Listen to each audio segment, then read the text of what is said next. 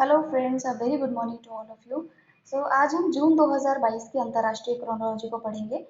इससे पहले हमने मई 2022 की क्रोनोलॉजी को पढ़ा था। उसमें 2 से 3 वीडियोस आपके पेंडिंग हैं। उनकी आप टेंशन ना लें, उनको हम जल्दी ही जो है कवर कर देंगे और साइड टू साइड इसी मैगजीन के साथ हम उसको कवर करेंगे। क्योंकि जून की मैगजीन आ चुकी है तो सबसे पहले इसी को कंप्लीट कर लिया जाए। इसको हम जो है जल्दी कवर करने की कोशिश करेंगे। आई प्रॉमिस कि इसको जो है फास्ट मोड पे कवर किया जाएगा। और जो लोग नए हैं उनको मैं बता दूं कि अगर आप आरएस प्रीलिम्स 2022 की तैयारी कर रहे हैं या फिर आरपीएससी की किसी ऐसे एग्जाम की तैयारी कर रहे हैं जहां करंट अफेयर्स आपसे पूछा जाता है, तो वहां ये मैगजीन आपके लिए बहुत ज्यादा बेनिफिशियल है। और इसमें से डायरेक्टली क्वेश्चंस जो है वहां पर आते हैं। और दूसरी सबसे जो मुख्य बात है वो ये है कि इस मैगजीन को रिवाइज करना बहुत आसान है। 60 पेजेस की मैगजीन होती है, तो आप जो है आराम से 2 घंटे में आप पूरे वीडियोस देख सकते हैं और ऑलमोस्ट आपको आधा घंटा लगेगा, 1 घंटा लगेगा, आप पूरी मैगजीन को रिवाइज भी कर सकते हैं। तो इसीलिए करंट अफेयर्स के लिए आपको इस मैगजीन को जरूर से रेफर करना चाहिए। आप हमारा टेलीग्राम चैनल है study for RS and IAS, उसको ज्वाइन कर लीजिए। वहाँ इस मैगजीन का पीडीएफ आपको मिल जाएगा।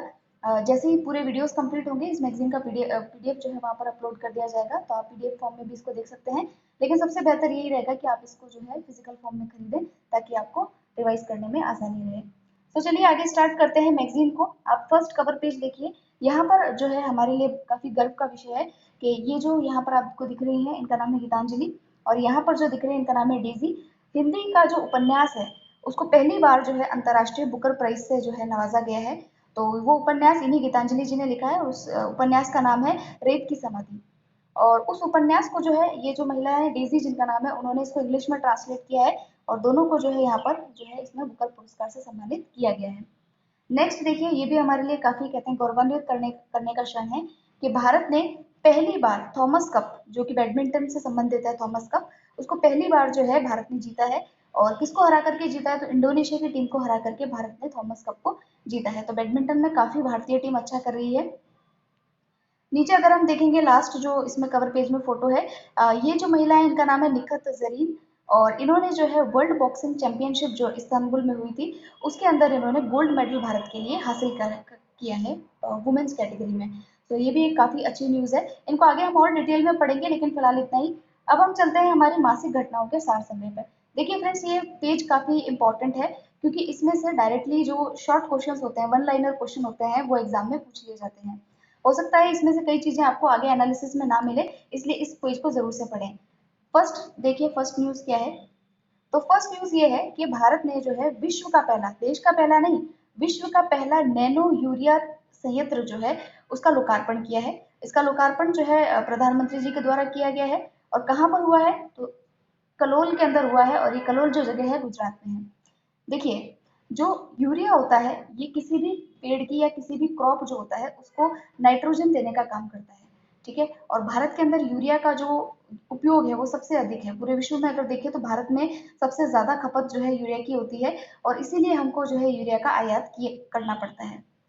तो अगर आप देखें तो प्रधानमंत्री जी ने कहा था कि आत्मनिर्भर भारत अभियान की जो है शुरुआत की थी। तो वो जो किसानी है, एग्रीकल्चर है, उसमें भी जो है आत्मनिर्भर अभियान के तहत जो है कृषि तकनीकों को विकसित किया जा रहा है, ताकि आत्मनिर्भर हम हो सकें उसके अंदर भी। क्योंकि हम यूरिया का अधिक से अधिक आयात करते हैं तो उसके अंदर भी हम सेल्फ रिलायंट यानी आत्मनिर्भर हो सके। इसीलिए इस प्रकार के संयंत्र यानी कि जो संयंत्र अभी बनाया गया है इसकी स्थापना की गई है। इसकी स्थापना देखिए, एक संस्था है जो कि किसानों के हित के लिए कार्य करती है, इसका नाम है इफ्को। इफ्को का फुल फॉर्म अगर मैं आपको बताऊं तो इफ्को का फुल फॉर्म है Indian farmer fertiliser corporation limited. Indian farmer fertiliser corporation limited. तो ये जो संस्था है ये किसानों के लिए जो है टेक्नोलॉजी हुई, यानी कि किसानी में जितने भी इनपुट्स लगते हैं, जैसे कि खाद लगती है, टेक्नोलॉजी लगती है, उन सब में जो है बेहतरी के लिए ये संस्था कार्य करती है। तो आपको ये याद रखना है कि यूरिया संयंत्र जो है विश्व का पहला है, इसलिए इंपॉर्टेंट है। कहाँ पर स्थापना की गई है? कलोल में। और दूसरी बात यह है कि एक चीज ध्यान रखें कि इसका फायदा क्या होगा। पहला फायदा तो ये है कि हम आत्मनिर्भर बनेंगे, और दूसरा फायदा ये होगा कि जो हम कन्वेंशनल यूरिया यूज करते हैं उसमें जो है खपत बहुत ज्यादा होती है, लागत भी ज्यादा आती है। अगर हम लिक्विड यूरिया को यूज करेंगे तो उससे खपत कम आएगी, लागत कम आएगी, और जो आवश्यक नाइट्रोजन है वो कम मात्रा में देने जो है कम मात्रा में यूरिया देने पर ही प्लांट को जो है वो मिल पाएगी। तो ये सबसे ज्यादा इंपॉर्टेंट बात इसके लिए हो जाती है। नेक्स्ट न्यूज देखिए, ये भी काफी इंपॉर्टेंट है। देखिए, भारत जो है आयुर्वेद के क्षेत्र में यूनानी के क्षेत्र में, होम्योपैथी के क्षेत्र में, ट्रेडिशनल जो हमारी पारंपरिक मेडिसिन है उसके क्षेत्र में बहुत आगे बढ़ चढ़कर कार्य कर रहा है। अगर आपको याद हो तो पिछले मैगजीन में आपने पढ़ा था कि ट्रेडिशनल मेडिसिन के लिए डब्ल्यूएचओ के साथ मिलकर के हमारे देश में एक सेंटर का जो है इसकी स्थापना की गई है, और वो भी गुजरात में, गुजरात के जामनगर में की गई थी। उसी प्रकार यहाँ पर आयुर्वेद का भी महासम्मेलन हुआ है, और ये 59वां महासम्मेलन था। इसका आयोजन कहाँ पर किया गया? तो उज्जैन के, मध्य प्रदेश के उज्जैन के अंदर जो है वो इसका उद्घाटन जो है वो, सॉरी, इसका सम्मेलन का जो आयोजन है वो किया गया। तो ये याद रखने वाली बात है। फिर देखिए, एक व्यक्ति है जिनका, एक खिलाड़ी है जिनके बारे में हमने पहले पढ़ा था, उनका नाम है आर प्रज्ञानंद। पूरा नाम है इनका रमेश बाबू प्रज्ञानंद। ठीक है, तो ये साउथ के हीरो नहीं है, चेस के प्लेयर हैं। तो ये जो है चेस के ग्रैंड मास्टर रहे हैं, लेकिन फिलहाल जो है ये चाइना के डिंग लिरेन नाम के जो खिलाड़ी हैं उनसे जो है हार चुके हैं। और इन्होंने जो है द चेसबल मास्टर्स टूर्नामेंट के अंदर जो है इनको पराजित किया है। चाइना के जो खिलाड़ी हैं उन्होंने इनको पराजित किया। हालांकि इतना कोई नहीं पूछेगा, आप इतना ध्यान रखिएगा कि इस खिलाड़ी का जो संबंध है वो किस खेल से है, तो चेस से इनका आर प्रज्ञानंद जो है इनका संबंध है। फिर देखिए, अभी जो है हमारे देश के भूतपूर्व जो प्रधानमंत्री थे राजीव गांधी जी, उनकी हत्या के दोषी रहे हैं एजी पेरारीवलन। ठीक है, तो इनको जो है सर्वोच्च न्यायालय के द्वारा अभी रिहाई की गई है। तो किस अनुच्छेद के तहत जो है सर्वोच्च न्यायालय ने डिसीजन दिया? तो आर्टिकल 142 के तहत ये डिसीजन दिया है। अगर आप पॉलिटी पढ़ेंगे तो आपको पता चलेगा कि आर्टिकल 142 काफी इंपॉर्टेंट है। जैसा कि अगर आप देखें अयोध्या वाला जो केस था, मंदिर वाला जो केस था, उसके अंदर भी आर्टिकल 142 का यूज किया है। आर्टिकल 142 ये कहता है कि कंप्लीट जस्टिस यानी कि पूर्ण न्याय करने के लिए सर्वोच्च न्यायालय जो है संसदीय या फिर जो कार्यकारी जो शक्तियां हैं, या तो कार्यकारी शक्तियां या जिसको लेजिस्लेटिव पावर्स, दोनों शक्तियों का जो है वो प्रयोग कर सकता है। ठीक है, पूर्ण न्याय करने के लिए, कंप्लीट जस्टिस के लिए वो इन चीजों का उपयोग जो है वो कर सकता है। तो यहाँ पर भी सुप्रीम कोर्ट ने आर्टिकल 142 का यूज करते हुए जो ये दोषी है उसको जो है वो रिहा किया है। फिर देखिए, हंसा एनजी के बारे में हम पहले पढ़ चुके हैं। क्या है हंसा एनजी? आपको याद होना चाहिए। हमने पढ़ा था कि जो भी कमर्शियल पायलट का लाइसेंस लेते हैं, ठीक है, कमर्शियल पायलट लाइसेंस लेते हैं, सीपीएल का लाइसेंस लेते हैं जो पायलट्स, उनको क्या होता है, कुछ घंटों की उड़ान जो है वो करनी होती है ट्रेनिंग के दौरान। तो उसमें जो है उस उड़ान के लिए एक एफिशिएंट जो है विमान तैयार किया गया। उस विमान का नाम है हंसा एनजी। ठीक है, ये इंडियन रेलाइट है और इसमें जो है 2 सीट वाला ये प्रशिक्षण विमान है। तो आपसे पूछ लिया हंसा एनजी, अब हाल ही में खबरों में था, ये क्या है? तो एक प्रशिक्षण विमान है। ठीक है, फिर देखिए, अभी आप जानते हैं कांस फिल्म फेस्टिवल जो है काफी तस्वीरें देखने को मिल रही है। तो कांस फिल्म फेस्टिवल के अंदर हमारे देश के एक शौनक सेन नाम के डायरेक्टर हैं, उनकी एक डॉक्यूमेंट्री है, उसको जो है वहां पर गोल्डन आई अवार्ड मिला है। कौन सा अवार्ड है? गोल्डन आई अवार्ड मिला है। उस डॉक्यूमेंट्री का नाम है all that breathes. All that breathes उस डॉक्यूमेंट्री का नाम है, और जो डॉक्यूमेंट्री वाले प्रोड्यूसर है उनका नाम है शौनक सेन। और ये अवार्ड कहाँ पर मिला है उनको? कांस फिल्म फेस्टिवल में। नेक्स्ट आइए, एक खिलाड़ी का नाम है, नाम याद रखना है। खिलाड़ियों के नाम विशेष होते हैं, बहुत इंपॉर्टेंट होते हैं, आपको याद, नाम इंपॉर्टेंटली याद होने चाहिए। जो अटपटे नाम हो उनको तो खास करके याद रखिए, आरएस में भी काम आता है। अदर एग्जाम्स जो होते हैं, जैसे कि मैंने देखा था पटवारी वाले एग्जाम्स में जो है खिलाड़ी का नाम देकर के पूछ लिया था कि किससे इसका संबंध है। तो ऐसे क्वेश्चन बहुत देखने को मिलते हैं, जहाँ खिलाड़ी का नाम है स्टार लगा लिया कीजिए, रट लिया कीजिए उसकी भाई कहाँ से जो है ये खिलाड़ी किस खेल से संबंधित है। तो देखिए, खिलाड़ी हैं, और ये खिलाड़ी जो है भारतीय मुक्केबाज है। इनका नाम है लवलीना बोरगोहेन। ठीक है, पीछे भी हमने एक बॉक्सर के बारे में पढ़ा था जिनका नाम था क्या? निखत जरीन। और ये दूसरी है जिनका नाम है लवलीना बोरगोहेन। ये जो है किस बात के लिए चर्चा में है? तो देखिए, जो अंतरराष्ट्रीय मुक्केबाजी संघ है, आईबीए है, वहां पर अभी इनको एथलीट समिति का जो निदेशक मंडल है उसका अध्यक्ष बनाया गया है। ठीक है, तो ये हमारे लिए गर्व का क्षण है कि जो इंटरनेशनल बॉक्सिंग जो है संघ है, एसोसिएशन है, वहां पर इनको जो है अध्यक्ष के रूप में चुना गया है। नेक्स्ट आर्टिकल पे चलते हैं। तो नेक्स्ट देखिए, इसलिए इंपॉर्टेंट है क्योंकि हमारे राजस्थान से संबंधित है।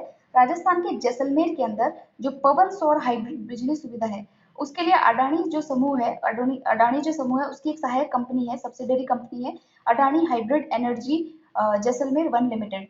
उसने जो है वहां पर पवन सौर हाइब्रिड बिजली की सुविधा उपलब्ध करवाई है, और उसके लिए उसने 390 मेगावाट का जो है प्लांट स्थापित किया है।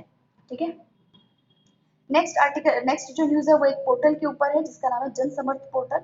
और ये पोर्टल देखिए राज्य सरकार का नहीं, केंद्र सरकार का है। इंपॉर्टेंटली बात ये है, ये किसका पोर्टल है? केंद्र सरकार का है। इसका काम क्या होगा कि भाई जितनी भी सरकारी योजनाएं चल रही है, जितनी भी अलग अलग डिपार्टमेंट्स की योजनाएं हैं, उसको एक ही पोर्टल पे जो है ये ला करके रखेगा। ठीक है, ताकि लोगों को उसको समझने में आसानी रहे।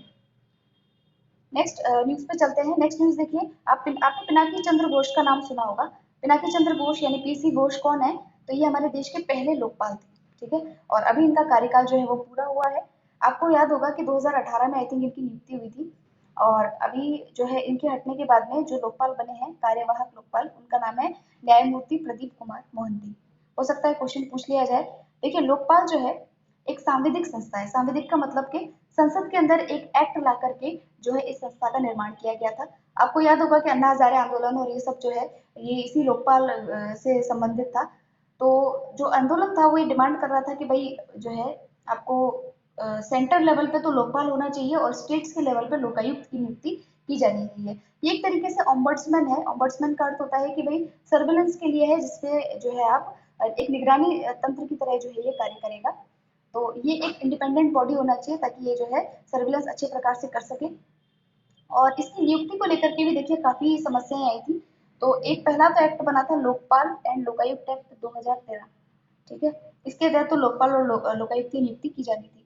लेकिन उसके बाद में एक और एक्ट लेकर के आए, Lokpal and Lokayukta amendment act 2016, जिसके तहत जो इसका अपॉइंटमेंट होता है, उसकी जो सेलेक्ट कमेटी होती है, उसका जो सेलेक्ट कमेटी के अंदर काफी बदलाव किए गए थे ताकि जो है इसकी अपॉइंटमेंट जो है वो की जा सके। एक बात और काम की है कि जो भी लोकपाल होते हैं वो या तो सुप्रीम कोर्ट के रिटायर्ड जज होते हैं या फिर सुप्रीम कोर्ट के जो जज होते हैं, सुप्रीम कोर्ट के रिटायर्ड चीफ जस्टिस या फिर सुप्रीम कोर्ट के जज, इनमें से किसी को जो है वो लोकपाल बनाया जाता है, ठीक है? सो नेक्स्ट हम चलते हैं। नेक्स्ट कुछ ज्यादा इंपॉर्टेंट नहीं है। सुप्रीम कोर्ट ने एक और निर्णय दिया, उसमें उन्होंने कहा है कि भाई जीएसटी जो परिषद है, जीएसटी काउंसिल जो है, उसका कोई भी जो निर्देश है वो राज्यों के लिए बाध्यकारी नहीं होना चाहिए। कंपलसरी नहीं है कि भाई राज्य उसको माने ही माने, ठीक है? फिर देखिए नेक्स्ट है, ये इस पे क्वेश्चन बन सकता है कि अभी जो है एक फॉसिल देखने में आया। फॉसिल होता है जीवाश्म, ठीक है? जो पुराने जो जीव होते हैं उनका कहीं पर भी जैसे कि हड्डी या फिर उनका खुद का ढांचा या कहीं किसी भी चट्टान पे या पत्थर पे अगर वो उसका इंप्रेशन पड़ा हुआ रहता है तो उसको फॉसिल कहते हैं। उससे हम जान पाते हैं कि भाई वो किस युग से बिलोंग करता है। तो एक फॉसिल मिला है किसी सांप का, उस सांप का नाम है मेड्सोइडे। मेड्सोइडे, ठीक है? कहाँ पे मिला है? तो ये लद्दाख के अंदर मिला है। तो हो सकता है कि पूछ ले आपसे कि हाल ही में चर्चा में रहा एक नाम है मेड्सोइडे, ये क्या है? तो एक जीवाश्म है। या फिर ये पूछ ले कि ये जीवाश्म है, इसकी खोज कहाँ पर की गई? तो ये लद्दाख में जो है इसको खोजा गया। फिर देखिए कि WHO यानी कि वर्ल्ड हेल्थ ऑर्गेनाइजेशन, इस संस्था के जो महानिदेशक हैं, जो कि पहले महानिदेशक थे जिनका नाम आप जानते होंगे, इनका नाम है टेड्रोस एडनॉम गेब्रियास, ठीक है? ये अफ्रीका के हैं और इनको इस बार दोबारा से जो है दूसरे कार्यकाल के लिए चुन लिया गया है। तो WHO जो है वर्ल्ड हेल्थ ऑर्गेनाइजेशन है, इसने हमारे यहाँ पर traditional medicine centre Jamnagar Gujarat में भी अभी जो है इसकी स्थापना की थी भारत सरकार के साथ मिलकर के। और इसके जो हेड हैं, महानिदेशक हैं, डायरेक्टर जनरल है, उनका नाम है टेड्रोस एडनॉम गेब्रियास, और इनका कार्यकाल जो है वो दोबारा से बढ़ा दिया गया है, ठीक है? नेक्स्ट आर्टिकल पे, नेक्स्ट न्यूज़ पे चलेंगे। नेक्स्ट न्यूज़ है कि हमारे देश का पहला अमृत सरोवर जो है, अमृत सरोवर लाइक का क्या होता है कि वहाँ पर जैसे हाट बाजार वगैरह, मार्केट वगैरह जो है अच्छे से लग जाएंगे। और वहाँ पर जो है जैसे वो घाट होते हैं, गंगा के जो घाट होते हैं, वहाँ पर जो है इस प्रकार के जो है उनका भी अलग से जो है निर्माण किया जाता है ताकि वहाँ पर टूरिस्ट वगैरह से जो है आ सके, उसको एक अच्छा स्पॉट बनाया जाता है। तो देश का पहला जो अमृत सरोवर है वो आपका पटवई रामपुर उत्तर प्रदेश में जो है इसकी स्थापना की गई है। नेक्स्ट देखिए, नेक्स्ट न्यूज़ इतनी कोई खास तो नहीं है, लेकिन संयुक्त अरब अमीरात हमारे लिए काफ़ी इंपॉर्टेंट है। देखिए, ये जो संयुक्त अरब अमीरात है, यूएई जो है, इसने अभी जो है जम्मू कश्मीर और लद्दाख के क्षेत्रों के अंदर जो है विकास करने के लिए काफ़ी एग्रीमेंट्स जो है भारत सरकार के साथ में किए हैं। तो इसलिए यूएई हमारे लिए इम्पोर्टेंट है। तो यहाँ पर देखिए क्या है कि अभी जो है यूएई के राष्ट्रपति और अबू धाबी के जो शासक थे, उनका निधन हो गया है और इसका जो है इसके लिए शोक, हमारे भारत में भी शोक रखा गया था। तो उनका नाम क्या है? शेख खलीफा बिन जायद अल नाहियान, ठीक है? काफी लंबा नाम है पर ध्यान रह जाएगा। शेख खलीफा बिन जायद अल नाहियान इनका नाम है, ठीक है? नेक्स्ट देखिए, ये मैंने आपको बता ही दिया। फिर देखिए ब्रिक्स के जो विदेश मंत्री हैं, उनकी जो है ब्रिक्स के जो विदेश मंत्री हैं, ब्रिक्स देशों के नाम आपको पता ही होंगे। ब्राजील है, रशिया है, इंडिया है और चाइना है, और उसके अलावा south Africa. South Africa recently जो है इसके अंदर जो है वो एड ऑन हुआ है। देखिए, एक मैं बात आपको यहाँ पे और बता दूं, जब भी किसी अंतरराष्ट्रीय संस्था का नाम आता है, जैसे हमने पीछे WHO पढ़ा, अभी हम ब्रिक्स पढ़ रहे हैं, तो इन पे भी आप स्टार लगाया कीजिए कि इनके बारे में तो आपको पता होना ही चाहिए, ठीक है? और भारत जिसका सदस्य हो, जिस संस्था का, वो तो मोस्ट इंपॉर्टेंटली है कि आपको पता होना चाहिए उसकी मीटिंग कहाँ पर हो रही है, सत्र कहाँ पर बैठ रहा है, क्या उसमें बातें हुई है। ये बहुत इंपॉर्टेंट चीजें होती है जो हमको पता होनी चाहिए, ठीक है? तो देखिए ब्रिक्स के जो विदेश मंत्री हैं उनकी अभी बैठक हुई है और उसको आयोजित किया गया है चाइना के द्वारा। ठीक है, फिर देखिए कि फॉर्च्यून की एक लिस्ट जारी हुई है जिसमें उन्होंने कहा है कि भाई पूरे विश्व के अंदर ऐसा कौन से कंपनी का सीईओ है, चीफ एग्जीक्यूटिव ऑफिसर है, जिसका पेमेंट सबसे ज्यादा है, सबसे ज्यादा भुगतान जिसको किया जाता है। तो नो डाउट उनका नाम है एलन मस्क। ठीक है, इनके बारे में सब जानते हैं। फिर देखिए संयुक्त राष्ट्र के खाद्य और कृषि संगठन जिसको हम बोलते हैं FAO, क्या बोलते हैं, FAO, food and agriculture organisation, ये यूनाइटेड नेशन की एक संस्था है। इसके द्वारा एक रिपोर्ट निकाली जाती है जिसको कहते हैं वनों की स्थिति रिपोर्ट। ठीक है, फॉरेस्ट के ऊपर ये रिपोर्ट निकालती है अपनी। और इस रिपोर्ट ने अभी कहा है कि 2015 से 2020 के दौरान प्रति वर्ष जो है 10 मिलियन हेक्टेयर वन जो है उनका वो जो है खत्म हो गए हैं। ठीक है, 10 मिलियन हेक्टेयर वन जो है वो नष्ट हो गए हैं। नेक्स्ट देखिए, नेक्स्ट काफी इंपॉर्टेंट है, आपके पॉलिटी के पॉइंट ऑफ व्यू से बहुत इंपॉर्टेंट बात है कि अंतर्राज्यीय परिषद जो है उसका पुनर्गठन किया गया है। और जो अंतर्राज्यीय परिषद यानी कि इंटर स्टेट काउंसिल बोलते हैं इसको, क्या बोलते हैं, इंटर स्टेट काउंसिल। अगर आप आरएस की तैयारी कर रहे हैं मेंस की तो आपको इसको आरएस की तैयारी कर रहे हैं मेंस की क्या होता है, आरएस की जब तैयारी कर रहे हैं तो आपको ये पढ़ना ही होगा, इंटर स्टेट काउंसिल। तो देखिए आर्टिकल 263 के तहत जो है इंटर स्टेट काउंसिल का गठन किया जाता है। और इसको सबसे पहले कहा गया था कि 1988 में जो सरकारीय कमीशन गठित किया गया था, सरकारीय कमीशन, उसने रिकमेंडेशन दी थी, उसने जो है सुझाव दिया था कि इस प्रकार की जो है अंतर्राष्ट्रीय परिषद जो है उसका गठन किया जाना चाहिए, अंतर्राज्यीय परिषद का। ये इंटर स्टेट काउंसिल करती क्या है, अंतर्राज्यीय परिषद करती क्या है, तो देखिए हमारे यहाँ पर जो संघवाद जो है उसको मजबूत करती है, राज्यों के बीच में कोऑर्डिनेशन को बैठाती है, राज्य और केंद्र के बीच में कोऑर्डिनेशन जो है उसको भी ये जो है इंक्रीज करती है, ये इसका कार्य होता है, ताकि कुछ मुद्दों पर जो है आम सहमति के साथ कार्य किया जा सके। तो इसके अध्यक्ष कौन होते हैं, तो इसके अध्यक्ष जो होते हैं वो आपके प्रधानमंत्री होते हैं। और इसमें जो है देखिए यहाँ पर यही क्वेश्चन यहाँ पर पूछा गया कि इसके अध्यक्ष कौन है, तो इसके अध्यक्ष कौन है, प्रधानमंत्री हैं। और इसमें जो है सभी राज्यों के मुख्यमंत्री शामिल होते हैं और 6 केंद्रीय मंत्री यानी कि यूनियन कैबिनेट मिनिस्टर्स जो होते हैं वो भी इसके अंदर शामिल होते हैं। ठीक है, और ऐसा यूटीज जहाँ पर के यूनियन टेरिटरी जहाँ पर के लेजिस्लेटिव असेंबली है, खुद की विधानसभा है, उनके मेंबर्स भी इसके सदस्य होते हैं। ठीक है, फिर देखिए एक सुपर कंप्यूटर है जो कि राष्ट्रीय सुपर कंप्यूटिंग मिशन के तहत एनआईटी तिरुचिरापल्ली के द्वारा जो है इसको बनाया गया है। उसका नाम क्या है, तो परम पोरुल है। तो परम जहाँ पर भी आ जाता है तो परम एक तरीके से क्या है, सुपर कंप्यूटर है, तो ये ध्यान रही जाएगा आपको। फिर देखिए भारत एक बहुत बड़े कार्य के लिए जा रहा है, क्या बड़ा कार्य है, तो भारत का जो इसरो है वो जो है 2024 तक वीनस जो है, वीनस यानी कि शुक्र ग्रह, वहां पर जो है अंतरिक्ष यान भेजने की तैयारी कर रहा है। तो काफी इंपॉर्टेंट बात है इसरो के लिए, ध्यान रखिएगा। और मैं कहती हूँ कि आप एक पेज बना लीजिए जहां पर आप इसरो और दूसरा पेज बना लीजिए नासा, या फिर एक पेज में बीच में अंडरलाइन कर लीजिए और लिख दीजिए एक तरफ इसरो और दूसरी तरफ नासा। तो इसरो के जो मिशन है उनको एक तरफ लिख लीजिए, नासा के जो मिशन है जैसे कि आर्टिमिस मिशन हमने पढ़ा, ठीक है, और ये जो मिशन होते हैं इसरो वाले, उन नासा वाले, उन सबको जो है अलग अलग लिख लीजिए ताकि आपको जो है याद करने में काफी आसानी रहेगी। फिर देखिए रस्किन बॉन्ड जो है उन्होंने एक बुक लिखी है, हो सकता है ये बुक आपसे पूछ ले। बुक का नाम है listen to your heart, the London adventure. ठीक है, तो पूछ लिया जाए तो आप बता देंगे कि रस्किन बॉन्ड की किताब है। फिर देखिए भारतीय नौसेना और बांग्लादेशी नौसेना के बीच में अभी जो है एक युद्धाभ्यास किया गया है और उसका नाम है बोंगो सागर। क्या नाम है, बोंगो सागर। अब देखिए बोंगो सागर अगर नाम आ जाए तो आप वैसे भी श्रीलंका तो करेंगे नहीं उसमें, तो भारत और बांग्लादेश आप इजीली उसको बता सकते हैं।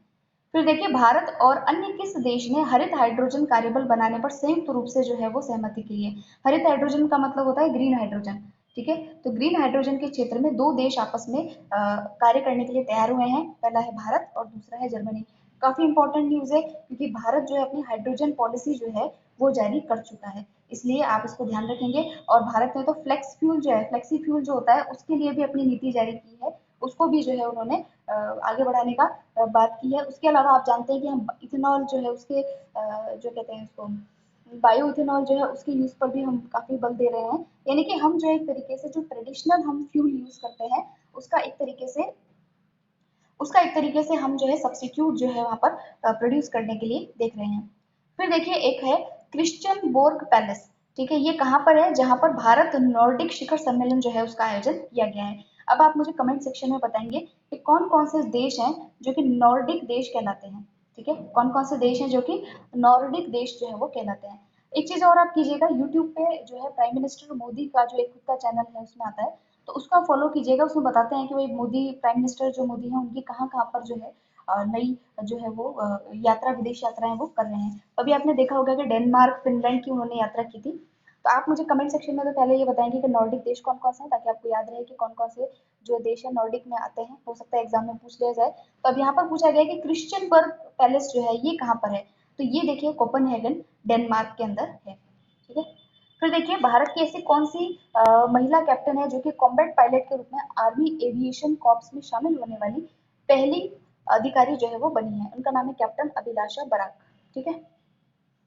फिर देखिए कि जो वर्ल्ड प्रेस फ्रीडम इंडेक्स है उसके अंदर इस बार भारत को कौन सा स्थान मिला है। तो 150वां स्थान भारत को मिला है। काफी ही पुअर स्थिति है भारत की इसमें, यानी कि हमारे यहाँ की प्रेस को जो है वो स्वतंत्रता बहुत ही कम है। हमारे यहाँ की मीडिया जो है वो काफी ज्यादा जो है वो क्या कहें, प्रताड़ित तो कहेंगे नहीं, लेकिन काफी ज्यादा जो है वो दबाई गई है।